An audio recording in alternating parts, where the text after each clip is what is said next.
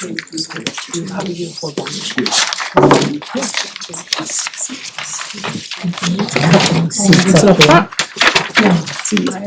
don't need too much of a microphone to hear me. And I apologize that I'm coming in with pizza in my hand, but that is the life of a town administrator who no longer has an assistant. There's no more lunch. I want to thank you all for coming and taking a couple of minutes to learn a little bit more about this program. You look too comfortable, I had to distribute. On the surface, it does look confusing. I've had many people call and ask questions, so I am really appreciative that you all decided to actually come and get the information from people who know what they're talking about, rather than relying on me for your information. But I won't drag this out. I just want to say that it's a great opportunity. The select board put this into place almost 2 years ago, so this has really been a long time coming, and we're really thrilled that it has finally come to fruition, and that just in time for the winter heating season, we're going to be able to offer you maybe hopefully a little relief on your bills. So without further ado, I'll give you Courtney, and she can take you through the program. And please ask questions because there is there'll be opportunity to follow up via email, via the enrollment forms, but this is really your best opportunity to get the right information. Okay? Thank you. Thank you so much. Okay, hi everyone. Thank you for coming here today. My name is Courtney. I am here with Good Energy. We are the consultants that were hired by the town to develop this program. We work with 60 plus other programs like this across Massachusetts and more in other states in New England. This is a town-run program, and I'm very excited to give you this presentation tonight. Just so you know, the next 15 to 20 minutes will be me overviewing the structure of the program. And from there, the majority of this session will be Q&A. So if you could just hold your questions until after the presentation, I promise the majority of this will be answering those individually. Okay, so figured we would start with what Rutland Community Electricity is. This is called a municipal aggregation program. What happens is the town of Rutland pulls together their collective buying power and selects an electricity supplier for the program. The only thing that changes when you're in this program is who supplies your electricity and what that supply rate is. So on the purpose of the program, truly it's to provide you with more stable pricing. The rates that you can see on the FAQ on the second side of the page, those are locked in for 13 months. Ultimately, this gives you more options as an electricity consumer of what your electricity supply could be.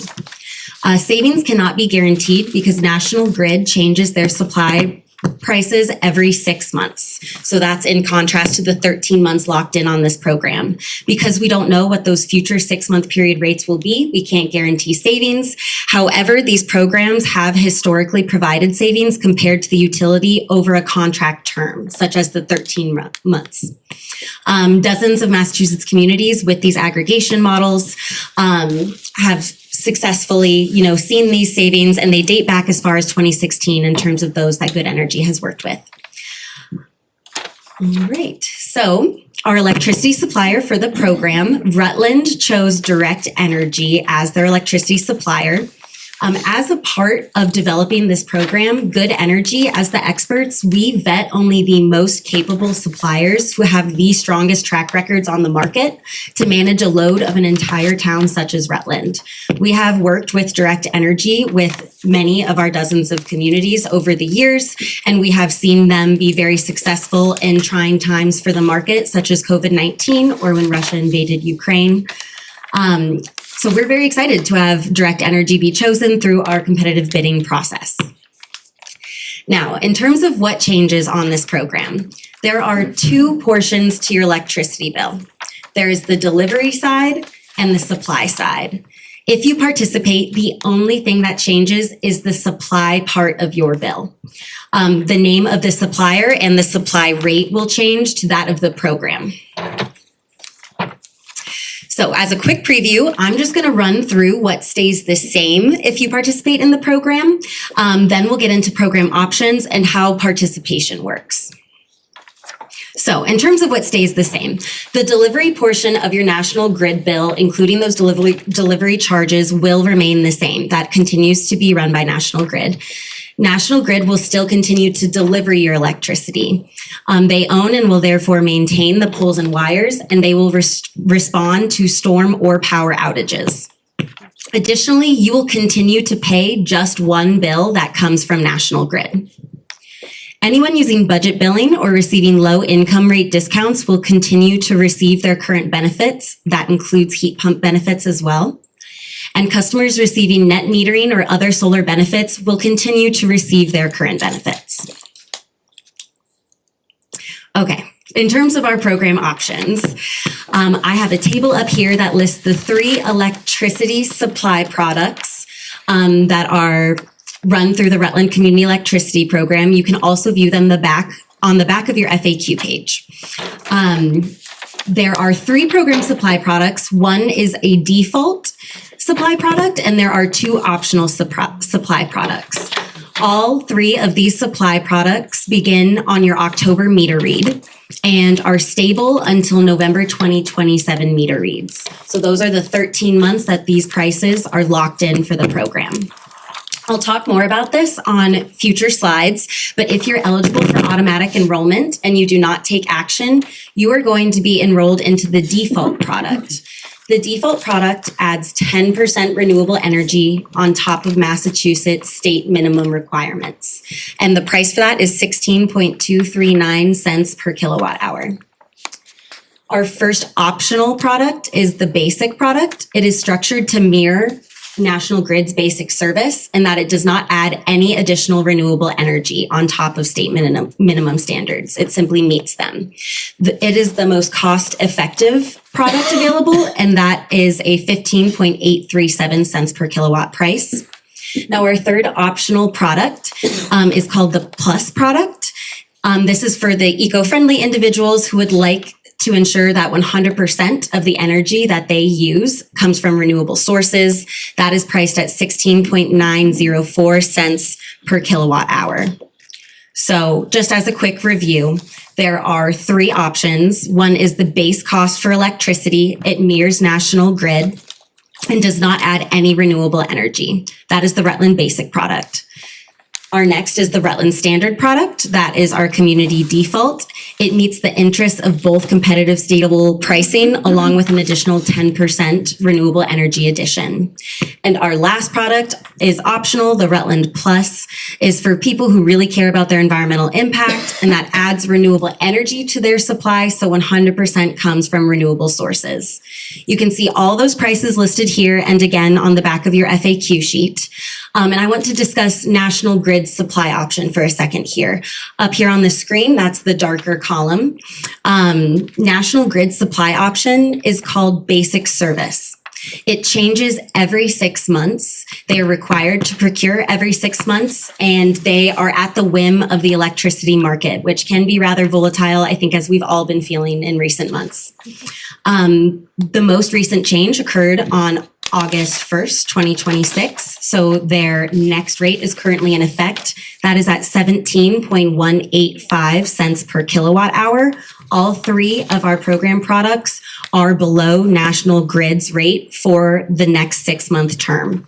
That term is from August 1st, 2026 through January 31st, 2027. And while we can't guarantee savings because we don't know what their future 6-month rates are going to be, we certainly hope that it will remain competitive.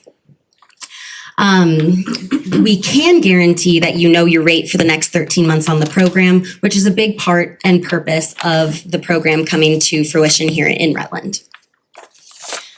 So just to talk a little more about those additional renewables on top of state standards.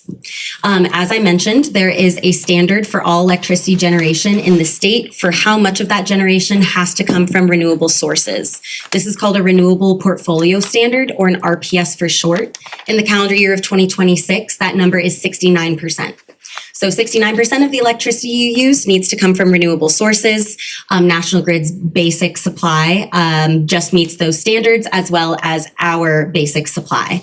Our standard option adds 10% to that, so that makes the number 79%. Rutland program adds even more to just make those products a little cleaner or a little greener.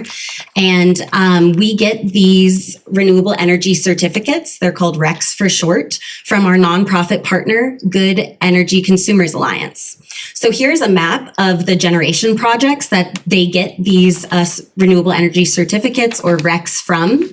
They are mostly in Massachusetts. A few of them are in surrounding New England states. But the great part of partnering with JICA is that we're buying RECs and putting electricity on the New England grid. So it's local renewable generation that is getting back to our grid. Okay. So now to talk about participation and enrollment. It's important to note no one has to participate in this program, and anyone can leave at any time. There are no penalty fees associated with this program. If you're on an individual contract with a supplier one-to-one, there could be a penalty fee for leaving early included in that, but the town of Rutland has embedded a bunch of consumer protections into this. So you can come and go at your own choosing. There are no penalty fees. However you participate is different based on your current supplier, and I will explain more about that now. So on the screen here, I have an example of a National Grid bill.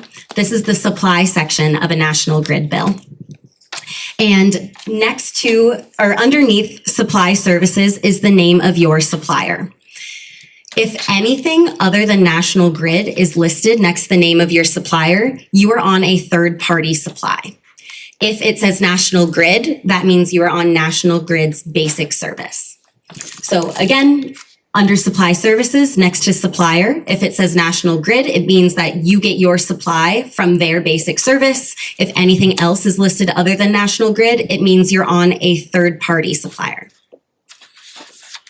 So I am going to have 3 slides kind of reviewing for our National Grid basic service consumers. I'm going to keep reminding you that that's the group we're talking about, and those who are on a third-party supply. I will have some slides coming forward that address your needs. So you may have received a letter in the mail stating that you are eligible for automatic enrollment. And I do just want to note, if you haven't received that letter, it's totally okay. We will talk about enrollment for anybody who wants to participate in the program. But this letter that was sent out, it explains that you have National Grid basic service as your electricity supplier, and that you are therefore eligible for automatic enrollment. Your enrollment will start on your October meter read, and you will see that on your bill the month after, because the month after you'll receive the October meter read. Sorry, I've got a fly coming around me. For this basic service group. If you do not take any action, you will be enrolled into that default product starting on your October meter read that we reviewed, the Rutland standard. So, quick summary of options for our National Grid basic service customers. The first is that you do nothing and you will be automatically enrolled into that default option, the Rutland standard.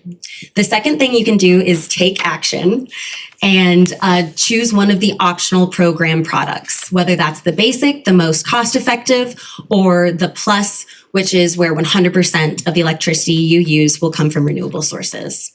Your third option is to take action and opt out of the program altogether.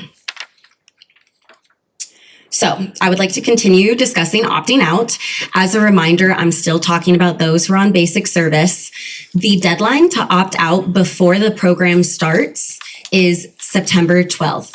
If you don't opt out before that deadline, again, September 12th, you will be automatically enrolled into the standard product, but you can still always opt out at any time. This deadline is truly for those who don't ever want to be on the program at all. You just have to opt out before that September 12th. However, if you forget or you want to wait and see, you can still opt out at any time, no penalty fees involved.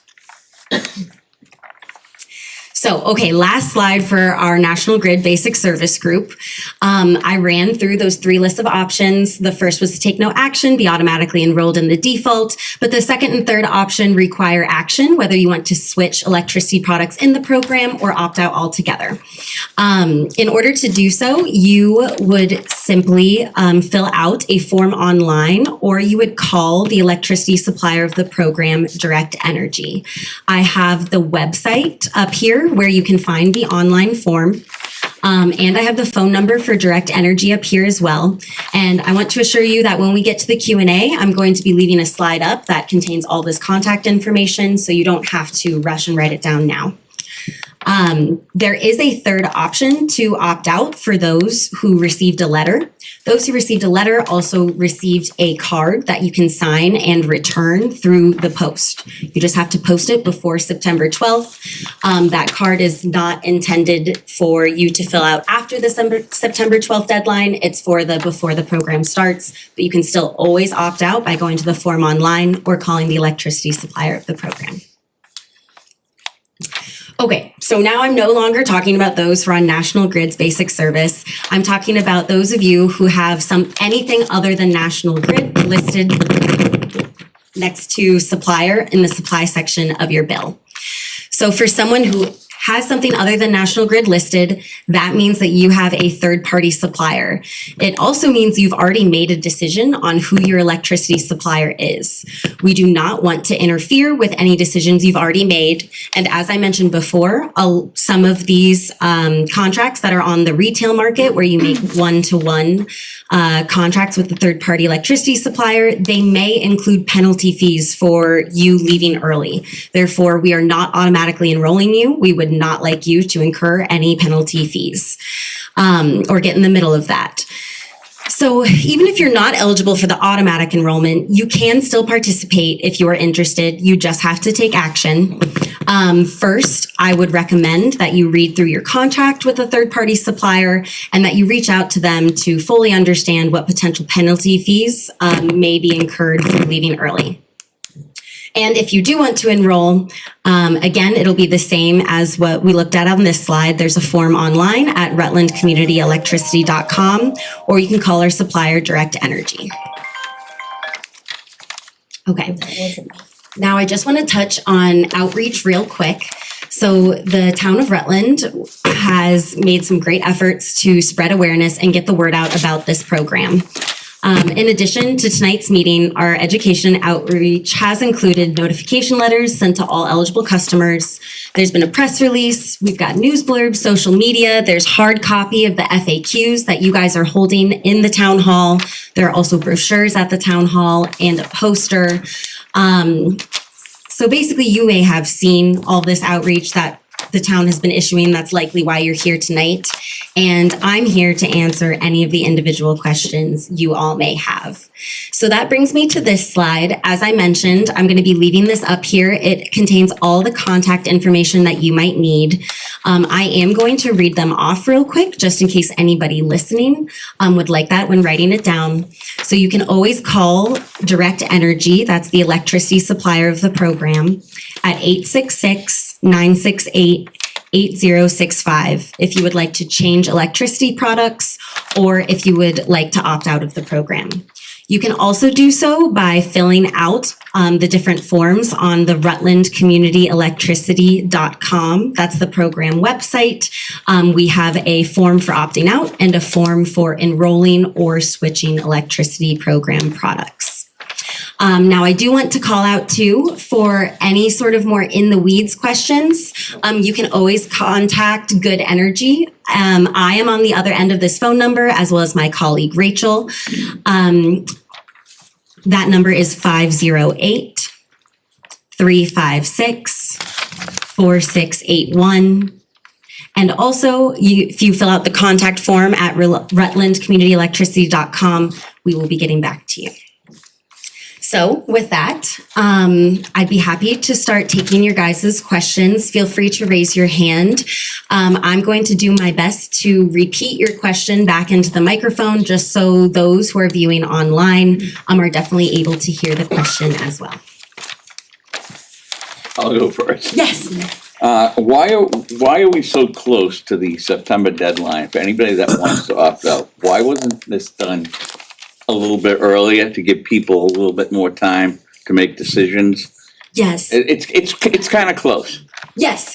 Okay. So the question was, why is all of this happening, a little close to the deadline, September 12th. Today is August 19th. Essentially because Massachusetts kind of has directives in terms of state law. We're supposed to be getting all this word out 30 days before it goes into effect. And I believe that we have done more than that, but very much so the outreach has occurred before this meeting as well. This is just one of the ways we're trying to get the word out, but we wanted to make sure that the meeting happened with enough people able to, see the outreach and maybe, tell their friends and neighbors so that they could attend this meeting. Other than the letter I received in the mail, I've heard nothing about this. How was it promoted? Yeah, so the question was, other than the letter in the mail, outreach wasn't seen. So essentially, here are all the ways that the town of Rutland has worked on education and outreach. Yes, those notification letters were sent to those who are automatically eligible, but there was also a press release. We had a news blurb. There's social media that went out. There are hard copies of the FAQs and of the brochures at the town hall, as well as a poster. Certainly, we want everyone to know about this, and the town of Rutland has been putting forth effort to make sure that you're aware, and we're glad you're able to attend this meeting tonight. And I'm happy with what I have now. How could you convince me to change? What would be the advantage of me changing to this? Sure, absolutely. So the question was, if I'm happy with what I have now, what is the advantage of changing to this? In my own words, I would say that it's the stability of the electricity market that makes these aggregation programs extremely valuable. As I mentioned, National Grid is your utility. They essentially have a monopoly on the delivery side of your bill. So the only part that you have control over is who your supplier is. National Grid, of course, can continue your supply, but they have to change their pricing every 6 months. They are required to go out and procure every 6 months. And in doing so, they are much more subject to the whim and the volatility of the electricity market. I think we can see that now, actually. Our market in New England is in a very interesting time for many reasons. And that national grid rate that started on the 1st of this month is 17.185 cents per kilowatt hours. As you can see, all three of our products priced in the program are lower than that. Often when I launch these programs, only 2 of the 3 of the product prices are lower.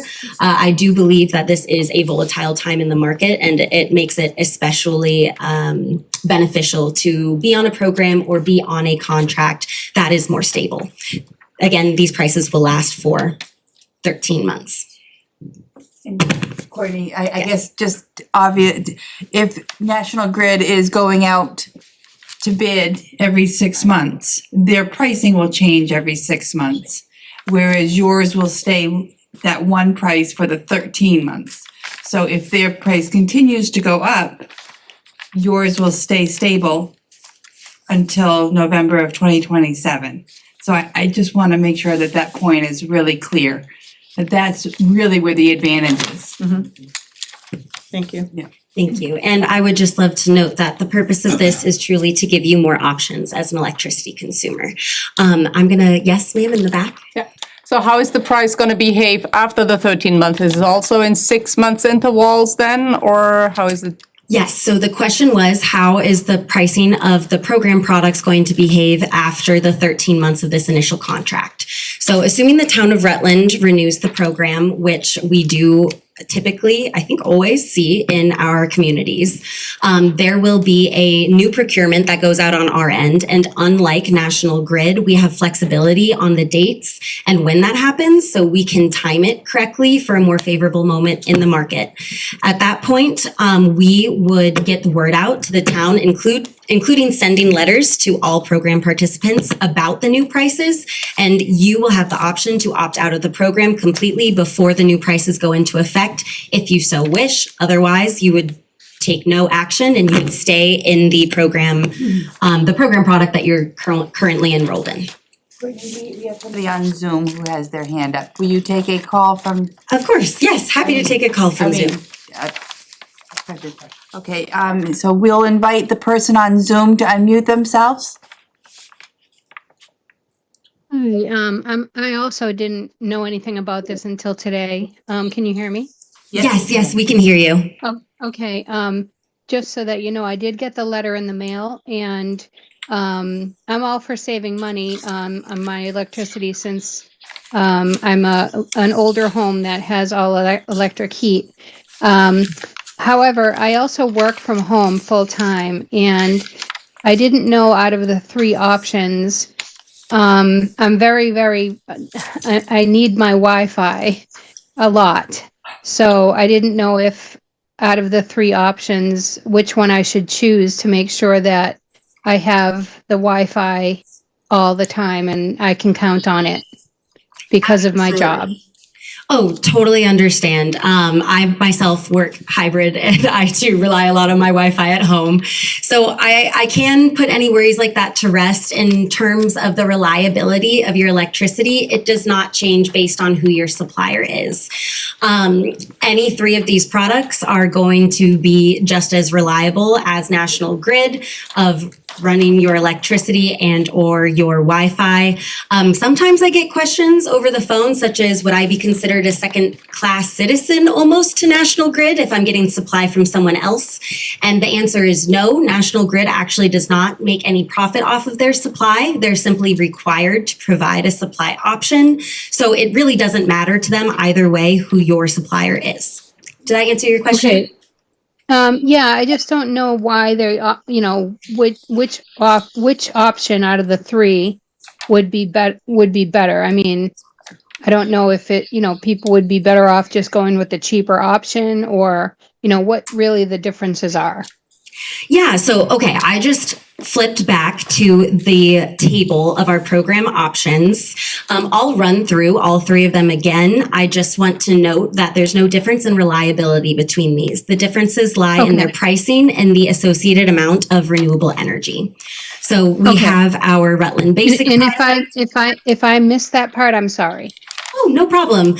That's what this is all about, right? We want to make sure that you guys feel comfortable and confident coming out of this meeting, that you know the choices that you're making. I don't mean to interrupt, but Yes. renewable energy, can you explain what that is? You've mentioned it so many times. Yes, absolutely. Let me flip back to here just so people have the ability to write down. And you have information. answered my question, so you can turn off the microphone now if you want. Okay, thank you. It's much appreciated. Thank you so much. So essentially, there are different types of renewable energy out there.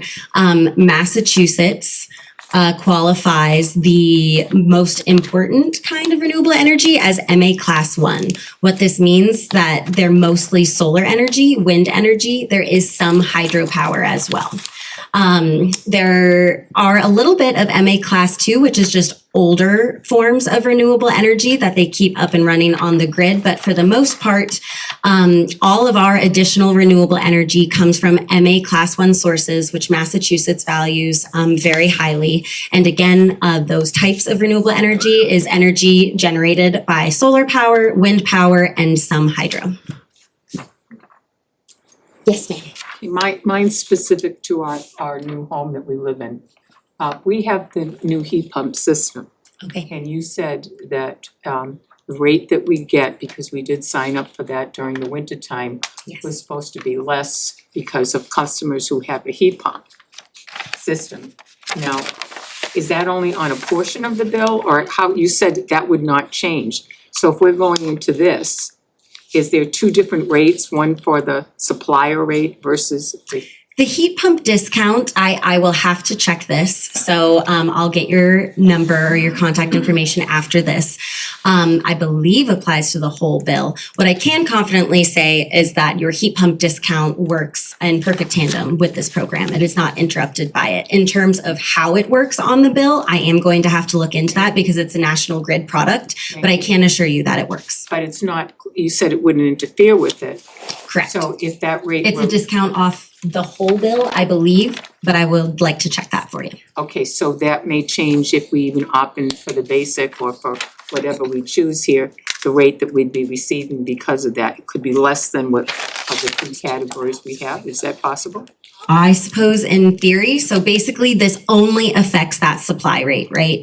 And then if you have discounts on top of it, there's many discounts that exist out there, such as low income discounts, heat pump discounts. Those will apply to the bill in the same way. It is not affected by this program. However, those discounts are run by National Grid, and with the details of those, I would recommend either reaching out to National Grid or coming up to me after this. I will get your contact information and make sure I'll reach out to a National Grid representative and get that answer for you. Our whole community now has the heat pumps, so Wonderful. it affects all of them, so I'd like that information. Absolutely. Yes, I'll make sure to get your number after this.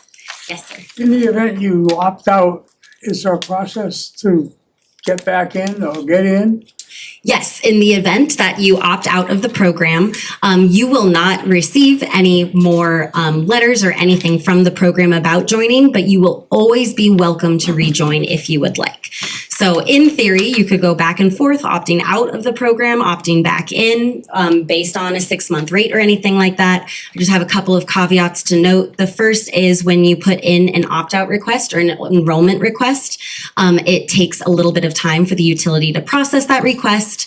And it depends on the date of your personal meter read. So, we typically tell customers when they opt out or when they enroll that you should see the changes reflected on the supply side of your bill in 1 to 2 billing cycles. So there's a little bit of a gap there potentially, just depending on the timing. The second thing I'd like to note is that the supplier reserves the right to offer a market rate rather than a program rate when you rejoin. However, we have only seen them ever do that to large industrial accounts. We have never seen that occur with a residential account. Can you clarify that, what that actually means? Yes. So when I say that the supplier reserves the right to offer you a market rate, if you leave the program and then want to rejoin, it means that they could give you a new rate based on the market at that moment in time, not the rate that the program provides. However, they typically only do that, and even then, not often, with large industrial account. We're talking big businesses. We have never seen that occur with a residential account. Yes. All right, Mass Department of Energy, can you tell me how this state with the current administration in Boston with the legislature, are they affecting this municipal plans throughout the Commonwealth because they're pushing green energy and the renewable energies that are basically being generated and maybe not so much in the future? I'm speaking for myself. Of course. This governor has been horrible with regards to dealing with electricity and energy. Energy rates, since she has been in office, have skyrocketed. She has turned down gas pipelines, any type of fossil fuels to go with this wind power and the hydro plants and renewable energy. Is the Mass Department of Energy pushing this on the state? Okay, the question was, is the Mass Department of Energy pushing And this the current on the state administration. and the current administration? My answer to that would be no. I would say that aggregation programs have been passed as a law for a while now. Like I mentioned, Good Energy has worked with models like this as far back as 2016. A vast majority of Massachusetts towns and cities have aggregation programs or are actively in the process of getting them. They don't necessarily benefit. We do have, legal processes that we have to go through to launch the program.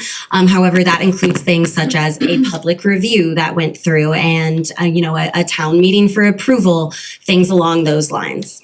Can I follow up? Sure. Yes. All right, right now, my understanding is Massachusetts requires by law 69% of renewable energy, correct? 69% is the And you know where minimum required okay, renewable energy. You know yes. where they're going with this, right? Yeah, increasing year to year, yes, sir. They want 100%. They don't want 69%. They want 100%. And it's evident that the amount of money that the people that are using electricity has skyrocketed. And it's, I completely agree. all right, so I think this is where this is going. It might be a good thing right now, but I think they're eventually gonna go, nope, sorry, we're gonna get it to 100%, and then you're stuck. So I do understand your concern. The concern here is that state minimum requirement, it's currently 69%, that it's going to increase to 100 over time. I cannot speak I on understand. behalf of our current administration and things like that, but what I can say is that no matter if you're on this program or not, you will be meeting those minimum renewable energy requirements. And if you would like to meet just the minimum, I would recommend our basic product in the program, or of course, you could opt out and go on National Grid Supply. Did you have anything you would No, say? I was just gonna say that regardless of whether you're participating in this program or you stay with National Grid, you'll be meeting those basic. I just wanted to make a Yeah, point that yeah. we got to 69%, Right, well, we wanna and see- now they wanna go to 100%. Yeah, let's. Yes, Yeah. so that is a very separate thing from this program, the RPS or Renewable Right. Portfolio Standard. That's not something that this program influences in any way. All that influences is our basic product. Yes, sir. So if I don't do anything, I'll be in the Rutland standard at the 16.239, correct? And I can opt into the Rutland Basic, which is a little bit less. And so I know you probably said it 8 or 9 times. and- Totally fine. And I was a student that had to be told 6 or 8 times. No problem. This renewable energy, why would I not go, if I wanna change, why wouldn't I go to Rutland Basic? What is my benefit? Okay, the question What is, is my benefit? what is my benefit? Why wouldn't I go to Rutland Basic? So this program balances two different goals, I could say, or interests. The first is cost-effective, stable pricing. If you are looking for the most cost-competitive price, the basic product in this program is the product for you. If you are looking for the other goal or motivation of this program, which is to increase renewable energy for those who wish to, you could opt up to the plus. Those are for our eco-friendly residents and businesses who just really value that ecological footprint. 100% of the electricity you use would then come from renewable sources, and it is the most expensive product available in the program. All 3 products are currently less than National Grid. And what I can say is that typically in these programs, those who opt up to the plus product, it's not typically a high amount. We see about 1% perhaps of communities like this opting up into the plus product. And I just want to highlight that because this really is about options or choices for you. And our default product, the standard, what that does is balance a little bit of both of these motivations or goals by having a very cost-effective option that is stable but adds just a little bit of renewable energy to what you're doing. That's still priced lower than National Grid. But I do want to emphasize the whole point of this program is to really be giving you as an electricity consumer more options with greater stability. If the stability of the most cost-effective option is the one for you, then by all means, there is a form online, or you could call Direct Energy to opt into the basic, and you will steadily stay in there on a locked-in price. What is National Grid at for the renewable? What percentage are they at? National Grid is just like the basic, which is the 69% renewable energy, which is the state And minimum. who chose that we get automatically put into the Rutland standard instead of Rutland Basic? That is, What was the question? Who chose it? Who chose that we get put into Rutland standard instead of, why don't we start at the bottom and anybody else that wants to So- give money away, they can? Last August, August 4th of 2025, the select board had this as an agenda item. Good Energy came, presented much of the preliminary of what you're seeing tonight. I will defer to Courtney to explain why the default to the standard was the preferred choice. But it was a very lengthy conversation. You can go back, because I clearly wasn't here then, so I went back and watched that meeting to make sure that I understood. And the conversation centered around the amount of choices that you all would have. If the select board had voted to accept the basic, the lowest price point, as the default, it would have eliminated the options to choose the other, the standard or the eco-friendly one. There wouldn't have been those options. So in order to preserve those choices, because we know that there are people who would prefer to have a little more green in their day and not just add kale to their salad. And so that's why they did that.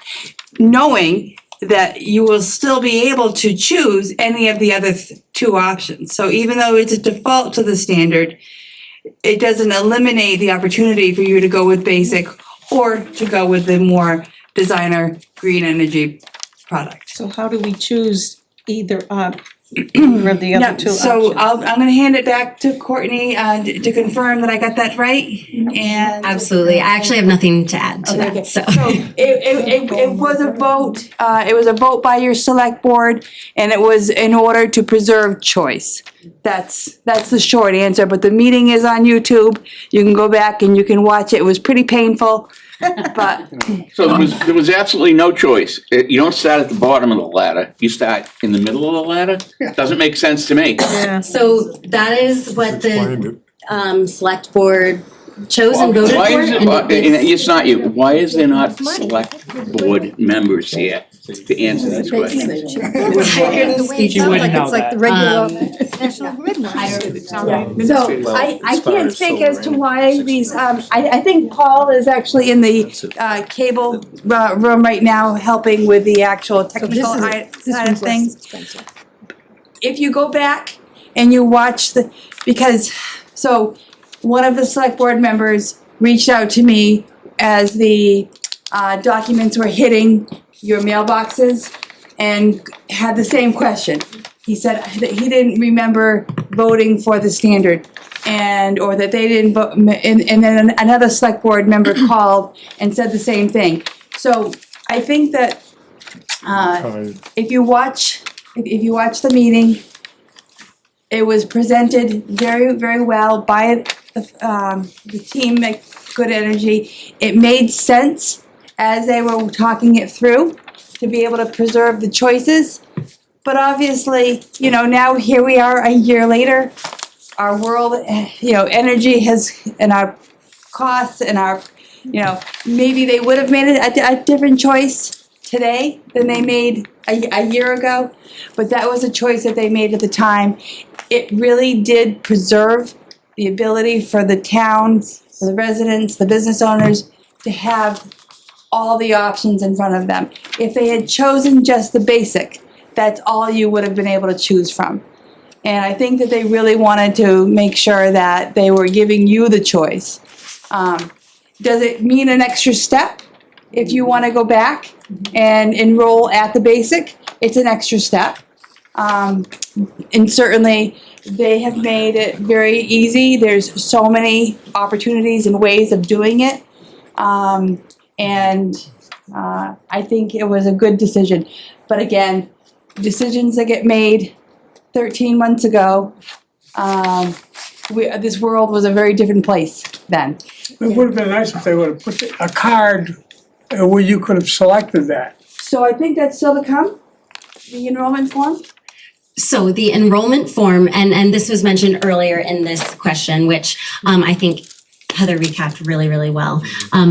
This was a decision made by the select board in order to give you guys options. I do want to say the purpose of this program is for cost stability over the 13-month period, but also to put the power in the hands of you as electricity consumer for your choices.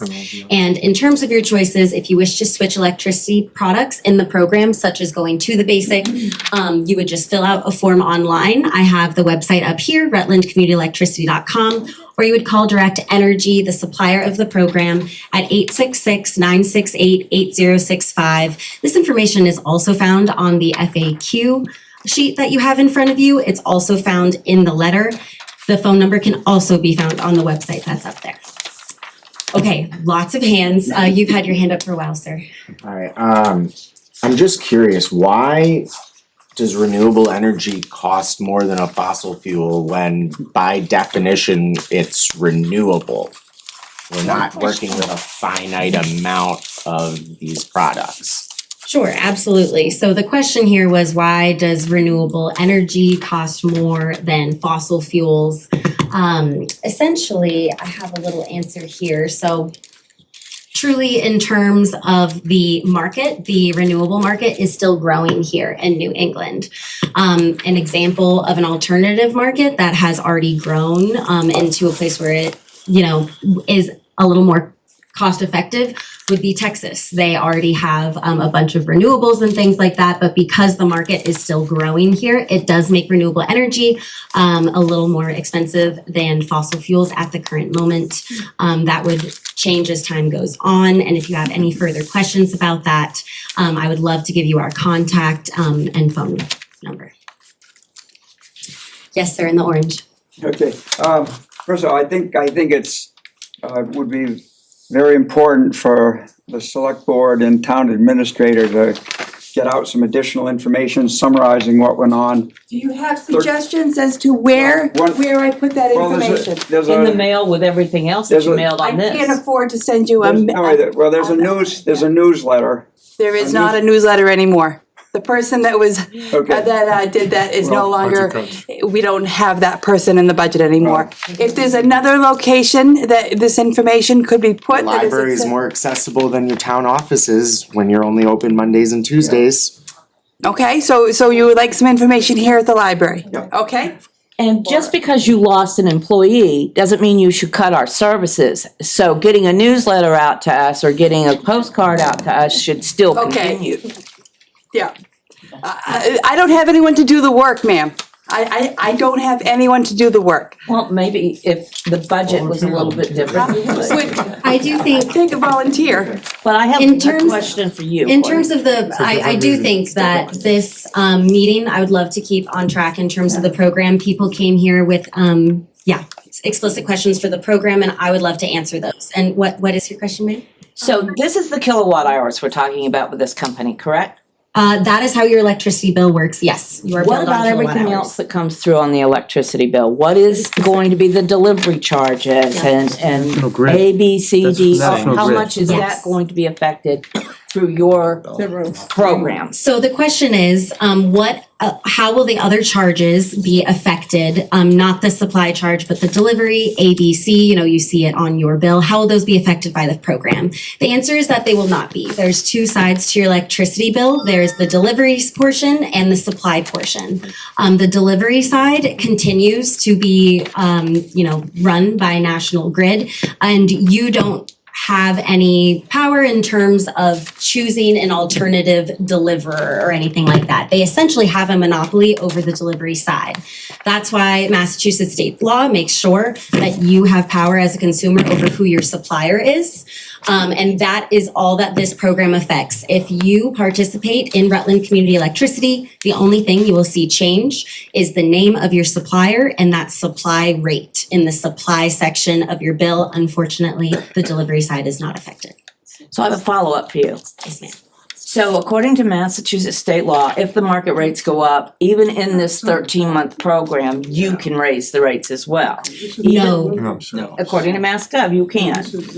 However, if you stick to your 13-month program, after that program ends, how often are you allowed to raise rates? Okay, so the question was, Are you able to change your rates if the market goes up during this 13-month period? And how do the rates affect after this current term? So we are actually unable to raise our rates if something like the market just becomes higher. The only way in which the supplier of the program could change these rates is if there is a change in law that directly affects the supply portion of the bill. And therefore, the rates cannot just go up because it's a tough market currently. And I really want to stress that because it is currently a tough market. These rates will stay locked in for 13 months. And the reason that Direct Energy is one of the very few suppliers that we use in our competitive bidding process is because we have seen them in action honor these types of contracts with this level of load through other very tough market volatility times. And then the second question, which as a reminder is what will the rates look like moving forward for the program and will they change? A similar thing is going to happen as this contract length right now. When we get closer to November of 2027, if the town of Rutland renews the program, which typically these programs do renew, we will be going back out for procurement. Unlike National Grid, we get to choose what day, so we can kind of look at the market, pick a more favorable day to get a more favorable long-term rate for the 3 product options in the program. You will be notified well before any of the price changes go into effect. Program participants will receive a letter to their home, and it will detail those new prices and how to opt out if you don't wish to ever receive the new prices. Then those prices are locked in for the next term length, whatever that may be. We have seen term lengths go as long as 4 years at this point. So I can't tell you the details of what that will look until the next contract. Sir, you've had your hand up for a while in the blue. So my question is, with the 3 choices, how do you, if you choose one of the higher, how do you send a higher renewable energy to a certain house? How does that work? Yes, okay. That doesn't make any sense to me, but I don't know. The question is, if you choose one of the products with the extra additional renewable energy, how does that electricity end up at your house? I will say this is a very convoluted answer, and if anybody after my answer has more questions, please feel free to come up to me after the presentation. I of course can explain it to you then and there, but depending on timing, I can give you our contact number and we can both answer your question after the meeting, as well as provide additional resources. So the way I would typically describe this is if you have a pool of water. Different suppliers are dumping in different buckets of water into that pool, and then you come along to scoop up your electricity supply. You don't technically know which droplet of water is in the pail that you scooped out of the pool. However, through this program, you are making sure that the water that the electricity suppliers are dumping into the pool is cleaner. So what it does is affect the grid as a whole to become cleaner. And what you take home with you or what's delivered to your home, it isn't necessarily parsed apart, but there are renewable energy certificates that are logged through this process of generation and being put onto the grid. And I can assure you that you are, if your interest is in greater renewable energy and you're in a program product that has extra renewable energy, that certificate is put onto the grid and it's in your name and you are making the grid cleaner. If you have any further questions around that, please come find me after the presentation here. I'd be more than happy to get you in contact. Yes, ma'am. I have the opposite end of the bucket, as you just said. Yes. What happens if, because of the market right now, the rate of 17, this I don't know, is this the highest it's been? And is it only because of what's happening now with all the turmoil with energy all across the country based on what's been happening in the Strait and all this other stuff? So my question is this the highest rate, the 17 that we see National Grid? And is there a potential that they will go down after, say, 6 months, because at this point, things are gonna change when this is all settled. And then we're locked in at another rate that may be higher, is that possible? Okay, so the question is with National Grid, moving forward, will their rate potentially be lower or potentially be higher based on the market? And is there any additional part of the question? I'm happy to answer that. It's actually And the then- market, And then they could opt out, so Right, and then you could opt out. So essentially, the answer is yes. This is a pretty volatile market. It does have, there are many factors going into that. Geopolitical factors, New England ones. There's also some ancillary services called Daisy that has really been disrupting the market and the suppliers. Those are very in the weed things. And if you have further questions about those factors, please come find me after the program. I would love to answer them in more detail. But what I can say is that, yes, the price will change. The 17.185 rate that we're seeing now is higher than I have seen in a while. It is not the highest to have ever existed. I typically like to point out, I believe it was when Russia invaded Ukraine, that utilities across New England skyrocketed on their supply rates, and it was those in municipal aggregation programs that were protected from that because of the way that these contracts lock in their prices.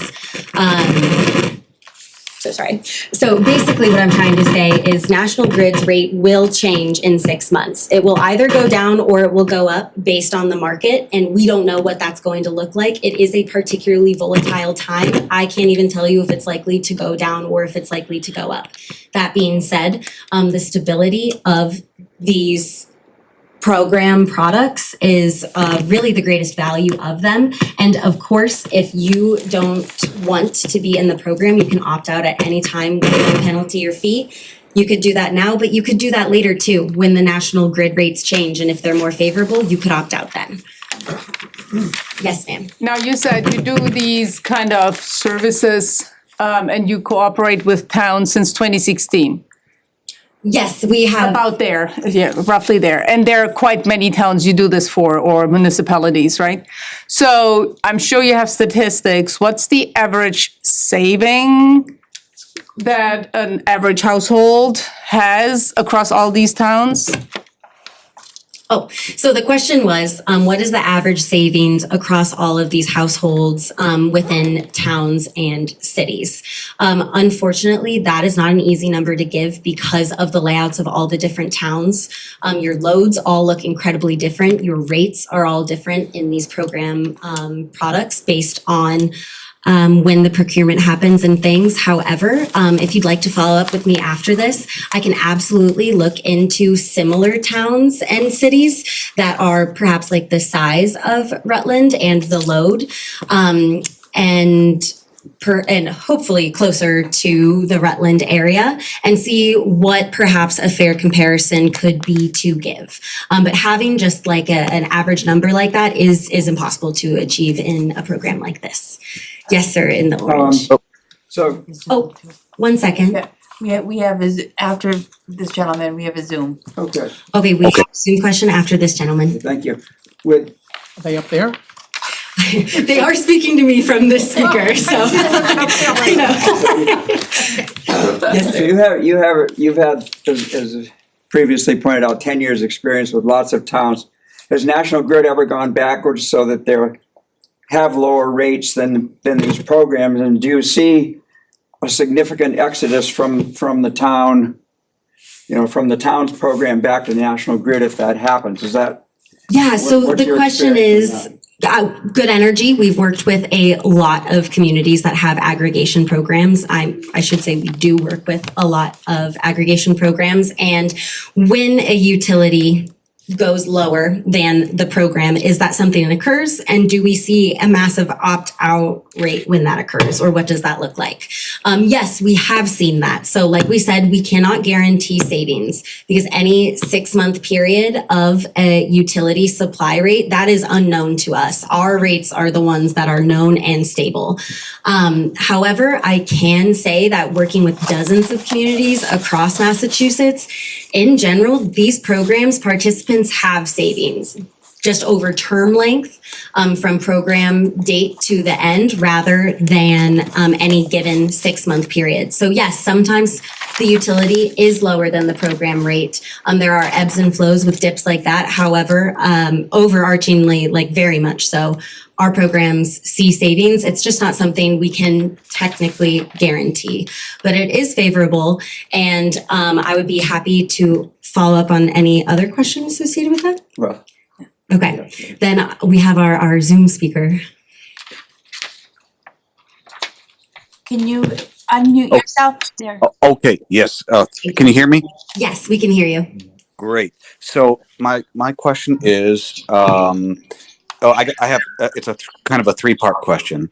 So if I chose like Rutland Basic, and then in February, I think February is when National Grid will report what their new rate is going to be. The new rate will, yes, the next change in rate will be February 1st. So I'll have it. There's no problem with me opting into the program and then opting out at any point. Absolutely. Right. There's no problem. There's no penalty fees associated with this program. You can opt out at any time and you can opt back in. And are there any fees associated with any of that, opting out or opting back in or re-enrolling? No, so sorry for the speaker, guys. Truly, one of the benefits of this program is that there are a bunch of consumer protections embedded in the contract that the town of Rutland was able to negotiate. That means there are no penalty fees associated in this contract at all with any actions that you take. You can opt in or out as you wish. Okay. I see. And is there like an advance notice that I need to give for my opt-out to take effect? The question was, is there an advance notice needed for the opt-out to take effect? No, I don't believe so. What I tell customers who opt out is that you should expect to see that reflected on the supply portion of your bill in 1 to 2 billing cycles. Once you submit that request, it goes to the supplier. The supplier then sends it to the utility. The utility has to approve it, and that typically takes just a couple business days, but you never know. And then the change occurs on your next meter read, and people's meter reads can be different. So for the sake of acknowledging that there is a lot of timing at play in this process, I would say if you really want to be at a certain rate, whether that's on the program or off the program at a certain time, give yourself 2 months in advance to be safe. Okay. And is there any waiting period associated with opting out and then opting back in? No, there's no real waiting period other than what I just said, the process that occurs, going to the supplier, approved by the utility, and then the change takes effect on your next meter read. So that would be the only aspect of waiting that you might have.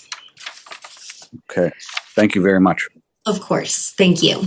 And ma'am, sorry, you were. It's okay. I just want to clarify a couple of things. Yes. It's my understanding you're Good Energy. Yes. And you worked with our selectmen to come up with this contract. Good Energy was a part of it, yes. Yeah, so this is a contract, and my understanding, this first one is 13 months. Yes. And you've just talked about a couple things, no penalty fees, opt in, opt out, and a Yes. couple of other benefits, but that's strictly for this 13 months. Because you have to go back to contract, and is there a possibility that these opt-in, out fees, penalty fees could eventually be part of this, or? That's a great question. And not one I've ever received before. So excellent question. For the first 13 months, this may sound great, but you're talking Yes. about a lot of volatility in the industry. I want to. And if this is a contract, we're adding another, what's Good Energy getting out of this? Because you're now An employee. Yeah. So essentially the question here is, sorry, I'm gonna do my best to It's all project right. for those who are online. Yeah. The question here is the consumer protections that I've discussed baked into this contract, which is 13 months long. Are those consumer protections going to disappear on the next, renewal, the next contract? And what is Good Energy's role in that? So I can say very confidently, no, that those consumer protections will not go away. They are within all aggregation programs. It is the benefit of the town or city going and making and negotiating these contracts is that on the wholesale market, this is a lot more typical to have the consumer protections baked in. So you will not be penalized by being on this program in any way, shape, or form with a fee. That does not just exist these 13 months. That will continue into the program. In terms of Good Energy's role, as I said, we are kind of experts on this program. We work with 60 plus communities across Massachusetts and more across New England. It is very steeped in a lot of legal procedures around the time of launching and around the time of renewing. We, being the experts, very much help the town with all of that and maintain during the status quo of the contract term, such as customer support. So if you reach out to this number down there, my colleague Rachel is on the other end, sometimes I am too. And the town does not pay Good Energy. Like our role in this, our part in this is with the suppliers. And so that supply rate that you're paying, we're baked into that. So you actually bargain with the suppliers and then you bring it to the selectmen to. It's a competitive bidding process. So just like any other contract that the town gets involved in, I'm required as your chief procurement officer to put it out to bid, right? So we have any number of projects and programs that go out to bid on either an annual basis or every 3 years.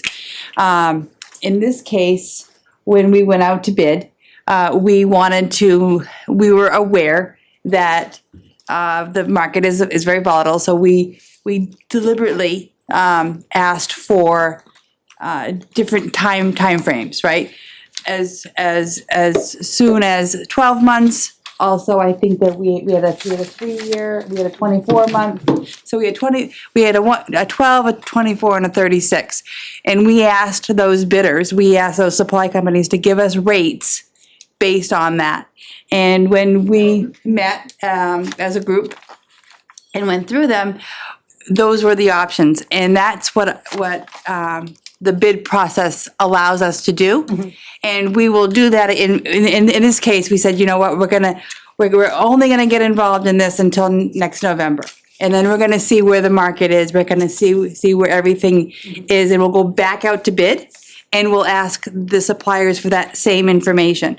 But it is the exact same process that I go through to do all of your procurement for the So can I town. interject? I've actually been doing my suppliers for 2 or 3 years now, maybe even more. Yeah. And this town just has the one 13-month choice. I had 6 months choice, 8 months choice, 9 month choice, all from the same like Constellation or whatever it was. And there were multiple choices.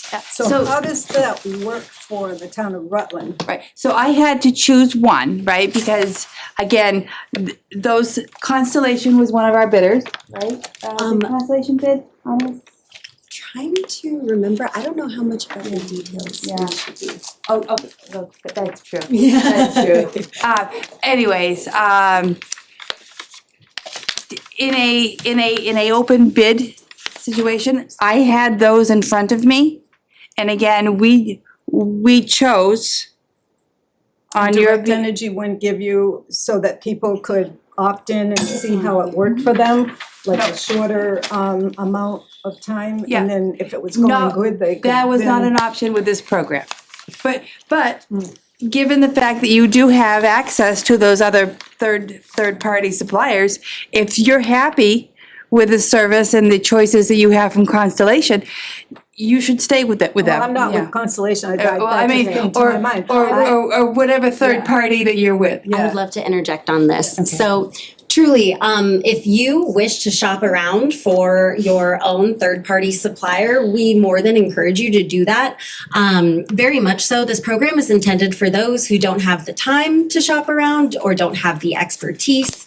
by all means, there is a website online called Energy Switch. It's for Massachusetts. It shows you all of the third-party supplier options that you could have, but they will be on the retail market. They will not be on the wholesale market. So that means that the consumer protections that are baked into this contract may not be in the one-to-one contract that you have with a third-party supplier. That being said, the purpose of this is to give you stability and to give you options. A third-party supplier could give you that on the retail market. They also might spike the price after X amount of months. That is not going to happen in this program. And I'm not saying it's guaranteed that that will happen with a third-party supplier on the retail market, but it's a possibility. There was, I'm so sorry, I'm gonna put this down. There was a report that went out by the Attorney General in the last year or two that discussed this and talked about kind of the more predatory nature of some of these third-party suppliers on the retail market. So it's very much at your own risk in that sense, but yes, we encourage you to shop around if that's what you would like to do. This is just meant to give you options. So doing this, is that, you're talking stability, and you couldn't start, a couple of the questions was, why didn't we start at the basic rate, the lower rate, to see? What was the lack of stability if you had gone with just the basic rate? So the idea of stability here is baked into the fact that all three product rates are locked in for a certain amount of time. Your utility changes its supply rate every 6 months. It has to. And it has to procure on a certain date. It doesn't get much flexibility at all. Therefore, it is much more to the subject of the volatility of the market. We have options in this program as an aggregation program to choose the date, to go to bid and choose nothing if it's unfavorable. Basically, the stability portion is that being locked in for 13 months rather than 6 months. Future contracts could look longer. It just depends on what is best with the market at that time. And I will note that it is a very volatile market right now. And I personally believe that Rutland made a great decision by going for 13 months. It has locked you in this part. I'm not meaning the 13 months. That is You what had the to make a stability is. choice to go to the higher one for stability. Is that what I understood? It was because if we had chosen basic, Yeah. you wouldn't have the option of the other two. That's why they chose the middle ground, is because that makes sense. it allowed a hybrid, if you will, a nice blend of the basic, Rutland would have been locked into that one fee basic or lowest. that length of time Granted, only. it would have been the lowest, but for those who that is not the end of their decision-making process, the select board wanted to make sure that they had access to all three options, and the only way to do that was to not choose the basic. Just to clarify, that alternative option gives you 2 product options. This one gives you 3. Okay. Yes, sir. All right, nuts and bolts on this program with Rutland Community Electricity. You're currently working for Good Energy, correct? Yes. What happens in November? How long are you gonna be associated with Rutland Community Electricity? Oh, forever if they'll have us. Well, I know, well, forever, I know, but what's the realistic aspect after November? Is there a possibility that we're gonna be dealing with somebody different? Is there a possibility? Yes. I believe so, but we have never had that occur with our programs. We have, that would be up to the town. Right. It would be up to me to make the recommendation to the select board that I am either satisfied with the customer service, with the product, with the program itself. So there's no guarantee? Well, There's no guarantee there's gonna be a should- continuity should- that's gonna keep going down the road. Well, I think it's pretty safe to Yeah, say it's incredibly likely. We've never been Yeah. switched for a different. I mean, she's great. No, I'm not, I'm just, I'm asking Why would we questions. let her go? Totally You don't fine. ask questions, you don't get answers. I think it is incredibly, the probability is incredibly high that Good Energy will stay and continue to be the consultant for this program. We haven't seen a switch like that before. All right. Yeah, but No, I mean, I just want. I think it's a valid question. Full transparency. I mean, it is also an agreement that the town makes, and you know we make agreements all the time. Right. This one, I think, as Courtney said, is likely that we'll continue the relationship. I know from my perspective, I know National Grid is gonna be National Grid. Yeah. It's gonna be National Grid. Right. It's Well- gonna be National Grid. All right, so On the the bottom distribution line here, side. the uncertainty of going into this program when there are no guarantees.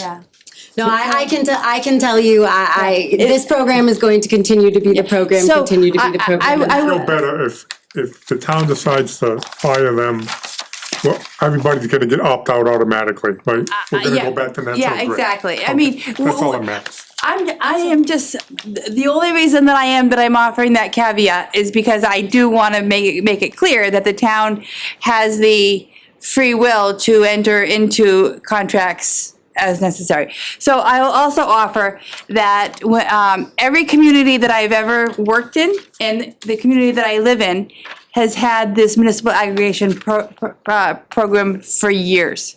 I was frankly so surprised when I came to Rutland and learned that we were just at the cusp of bringing it on board. This program in various forms has been around the state of Massachusetts and New England for decades. And over 200 towns and cities in Massachusetts are running an aggregation or starting it up. And the reason that it does take time is that each community or each group of communities, so when I was out in Western Mass, we had, I think there was 11 communities that worked together into a coalition to go in front of the DPU to get permission to participate in an aggregation program. So the fact that Rutland is able to do this on their own and still get the rates that we're getting, it really is a wonderful opportunity. I know that there's uncertainty because there's the, it's just something new. But there's so much history here. It has had such great success across the state and across New England. The fact that you can opt in, opt out with no penalty at will, I think is your security. I really hope that you'll give it a chance. And I would love to just say, very much so, the purpose of this public meeting is to assuage, any fears you might have, but also to answer any questions so that you can leave here confidently knowing the decision you made. And I want to direct the conversation back to the program and how it works and any questions that you guys might have around the program and how it works, just to make sure that all of those are settled, because that is the intention of this meeting. Yes. We had our meters replaced most of the town, I think. And that's partly to allow time of day, peak demand pricing. So that would make our rates actually variable depending on how much of your power you use in peak times and so on. I don't know if that's being implemented now, or if it is, how would that set? So the question was around meters being implemented recently, smart meters and those things. This program does not affect smart meters. Your meters are implemented by National Grid, and any questions around those should be directed towards National Grid. But if the rate is variable, Well, the supply rate won't be variable either on the program or with National Grid or whoever your third-party supplier is. And we're just talking about the supply portion of the bill in accordance with this program. So the question that you have is about distribution and use, not supply. so that could vary. Like off-peak and peak, like between 8 o'clock to 12 o'clock? Nothing to do with your supply. Yes, it's not affected by your supply. That's the other part of the bill. The other part of your bill is the delivery portion of your bill, So that could be affected by. and that is National Grid's territory. So that could affect the other. My question is, if this was negotiated a year ago and you said. No, And They, Went out to they bid. approved the product choice so that we could prepare to go out to bid. We just went out to bid a couple of months ago, or a month and a half ago. But you agreed on it last August? Right, but like I said, this program takes a It's long steeped in a lot time. of bureaucratic. And so yeah. what did this company have that made you select them? I wasn't here. So Yeah, we I don't know. wasn't What here. did you provide Rutland? Yeah. What did you say to Rutland to make them take your company over others? Because I'm seeing your rates that you're giving us right now are very comparable to other companies that supply Yeah, us. so I just want to clarify the stakeholders in this question. The question is, why go with Good Energy as the consultant when these rates are comparable to some other rates? So Good Energy is not a supplier. We don't provide the electricity. We don't generate and provide the electricity. That's what the supplier does. What we are experts on this type of program. So when it comes to the bureaucratic things, having the relationships with the suppliers to do a competitive bid. Oh, so you're the middleman. We are the middleman, yes, very much so. Perfect. I work, on any given day, I'm taking a call from a customer who's a resident for a town just like you. I might be emailing a supplier, asking questions about a particular account that you asked me about to get the answer for you.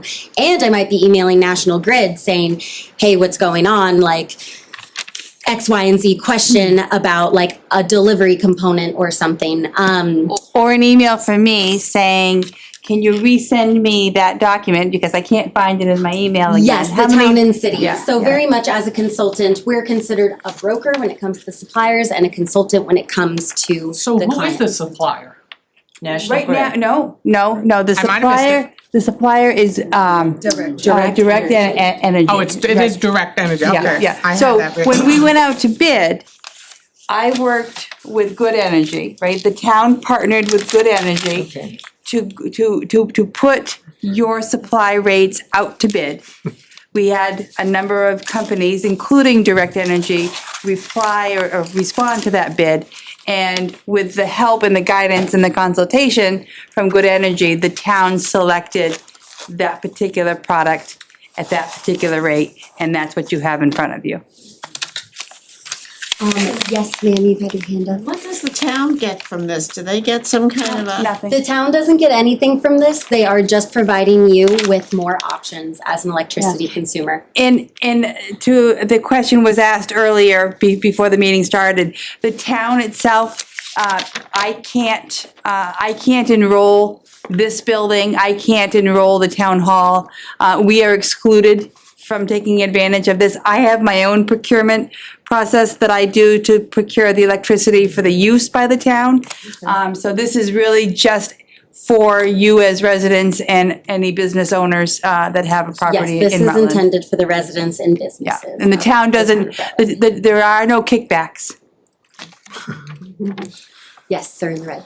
I was curious, on the community solar, just that we get discounts if we're part of community solar. Has there ever been any case where these discounts have not been approved?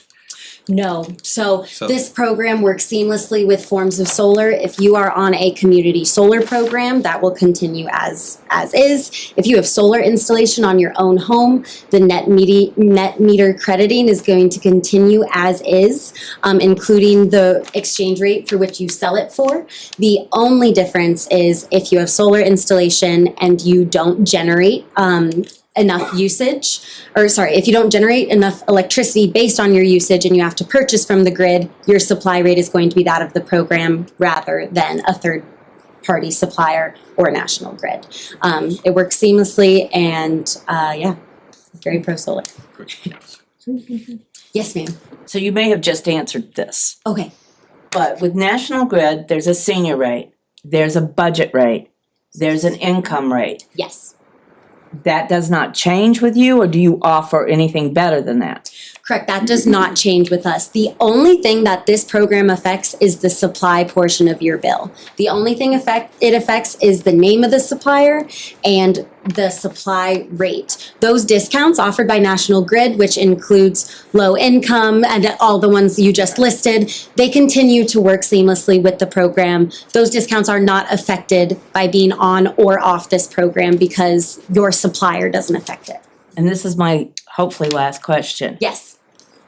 As the consultant or the provider or supplier or whatever we're referring to this company as, what does this cost the DPU of Rutland?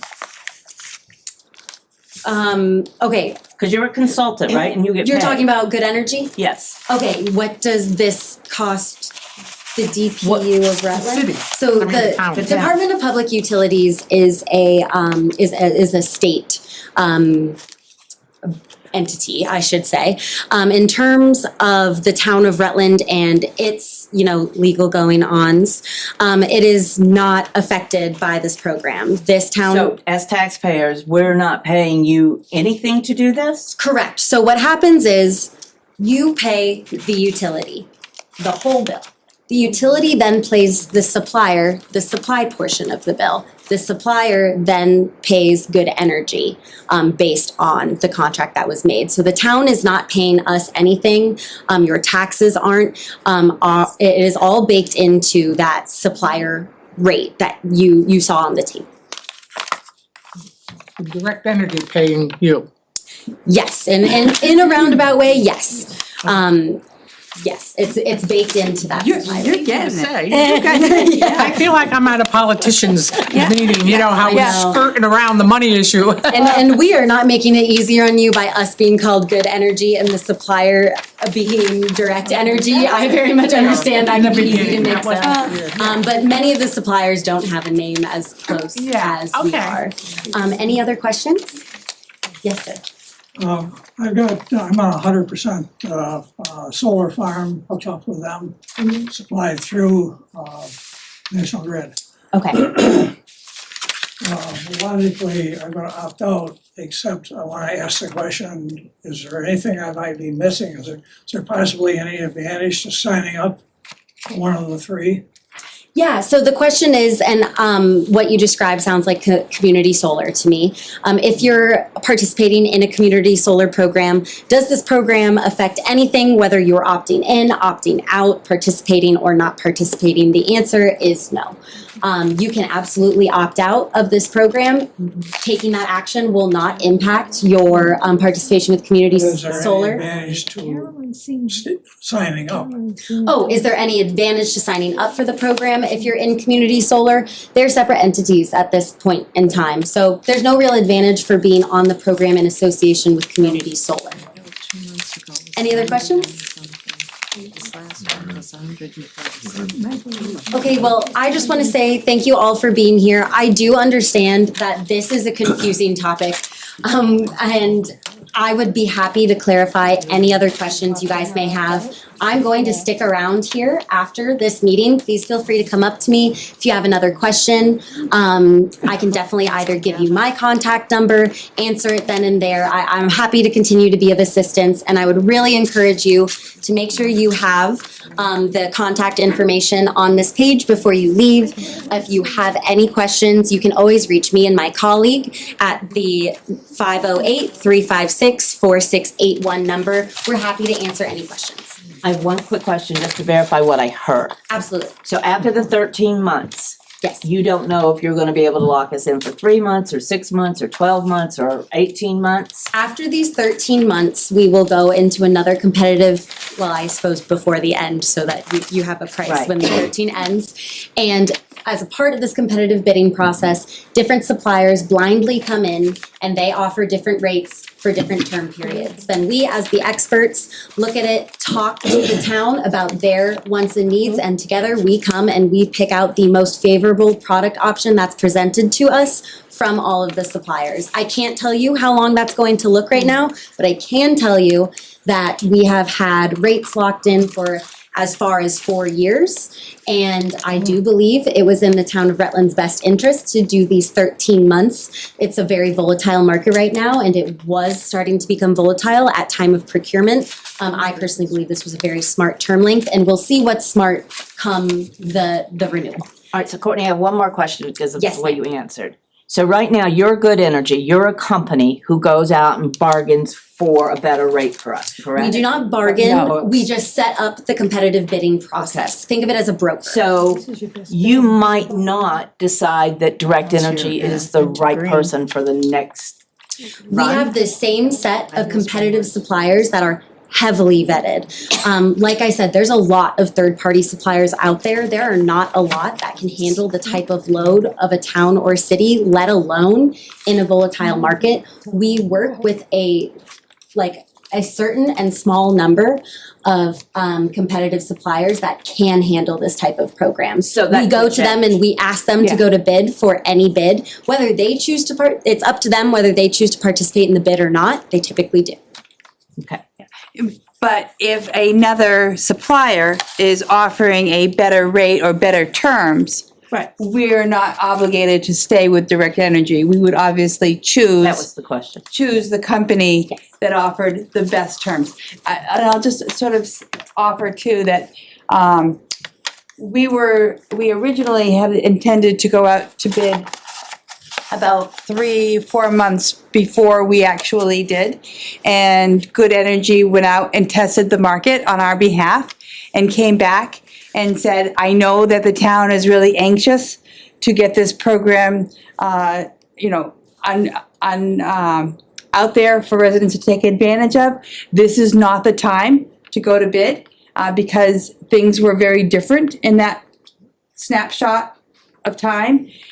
We listened and we didn't go out to bid, and I am so glad that we did, because by heeding their advice and waiting 3 months, we were able to get these very favorable rates for residents. So,